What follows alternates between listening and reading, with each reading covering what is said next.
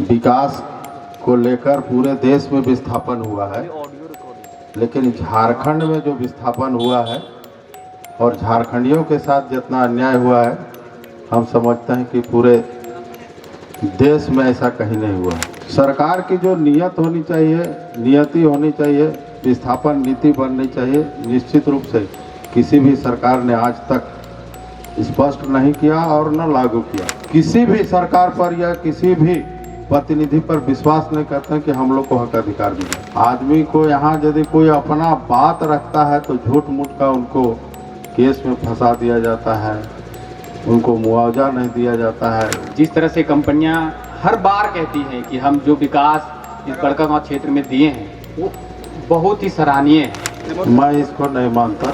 अगर आने वाले समय में आजसू पार्टी इस विस्थापन को लेकर क्या कुछ अहम कदम उठाएगी? जो अपनी सामाजिक और राजनीतिक जिम्मेवारी है, जितना मेरा ताकत है, हम लोगों ने हर स्तर पर, चाहे आंदोलन के रूप में हो या विधानसभा पटल पर हो या लोकसभा पटल पर, हम लोगों ने रखने का काम किया है।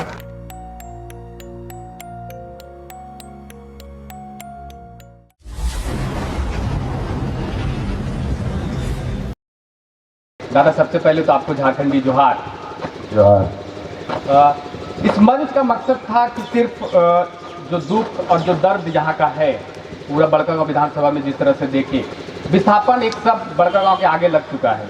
लोग अभी अगर देखेंगे अच्छा नहीं लगता है, लेकिन अगर कोई सोशल मीडिया पे भी लिखता है तो जो विस्थापित लोग हैं उनके आगे लगाने लगे हैं विस्थापित, आगे नाम लगता है। तो ये चीज़ देखकर हमें भी बुरा लगता है कि जो लोग विस्थापित हो गए हैं उनके नाम के आगे लोग सोशल मीडिया पे लिखते हैं विस्थापित फलना साव, विस्थापित फलना साव। तो ये चीज़ एक दुख लगता है जब हम देखते हैं, और हम लिखते भी रहते हैं। और अभी है हमारे साथ रोशनलाल चौधरी जी हैं, और हम समझेंगे कि सर क्या सोचते हैं इस जो मैंने हेडिंग दिया है उस विस्थापन के बारे में, क्या सोचते हैं और आपके क्या विचार हैं? सबसे पहले हम अमित जी आपको कि पंचायत ने और विषय विस्थापन के विषय पर जो आज विचार गोष्ठी की है उसके लिए हम आपको सबसे पहले धन्यवाद देते हैं, झारखंडी जोहार करते हैं। आपको भी जोहार।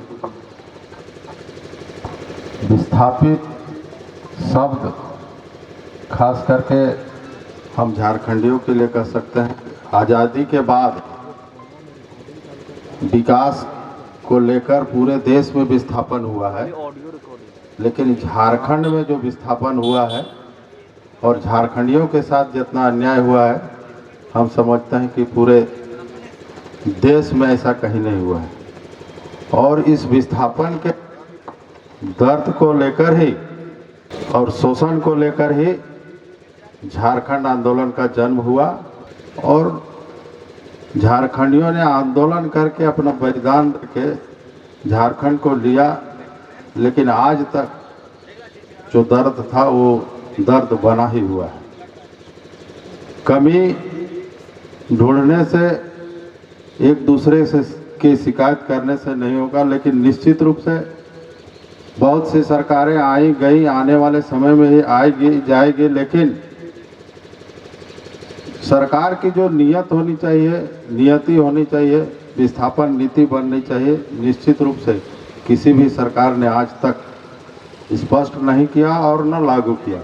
ये हमारे लिए सबसे बड़ी दुर्भाग्य की बात है। लेकिन दादा, जिस तरह से पकरी बरवाड़ी कोल खनन परियोजना में एक साथ 27 गांव को करीबन 40,000 लोगों को विस्थापित कर दिया जाएगा आने वाले समय में, मैंने पहले भी कहा कि आज़ादी के बाद जितना विस्थापन झारखंड में हुआ है उतना कहीं नहीं हुआ है। मतलब हटिया, बोकारो, मैथन डैम जैसे इतने योजना यहाँ झारखंड में बने। बोकारो जैसे स्टील सिटी में 200 गांव जड़ गए।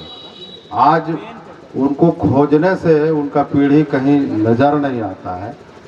कहीं न कहीं पूर्व में भी जो सरकार थी या वर्तमान में भी जो सरकार है, निश्चित रूप से विस्थापन की जो नीति, ये जो संविधान कहता है, सुप्रीम कोर्ट का जो डिसीजन है, आज तक किसी सरकार ने विस्थापन को लेकर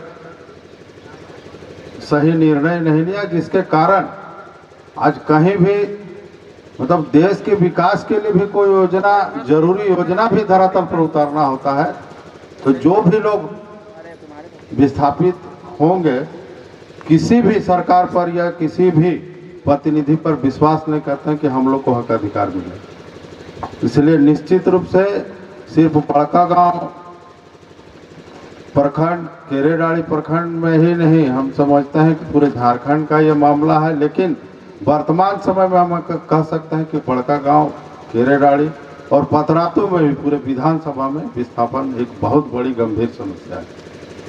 और शुरू से सरकार ही जो नियम बनाई, आज वो सरकार ही उसको लागू नहीं करती है, जिसके कारण यहाँ विस्थापित का जो समस्या है, अभी पूर्व वक्ता भी बोल चुके हैं कि निश्चित रूप से आदमी को यहाँ यदि कोई अपना बात रखता है तो झूठ मूठ का उनको केस में फंसा दिया जाता है, उनको मुआवजा नहीं दिया जाता है, वो देना नहीं चाहते हैं तो ज़बरदस्ती लिया जाता है। अभी हमारे गोंदलपुरा में आज इतने दिनों से आंदोलन चल रहा है। सरकार किसी की भी हो, लेकिन पहल तो होनी चाहिए जनता की आवाज़ को। जब जनता सरकार चुनी है, प्रतिनिधि चुनी है, तो उनकी आवाज़ को सुनना चाहिए कि आज इतना ऐतिहासिक हम इस आंदोलन को कह सकते हैं कि इतना लंबा आंदोलन और संवैधानिक तरीके से, शांतिपूर्ण तरीके से चल रहा है सब जगह, लेकिन आज तक पहल नहीं हुआ।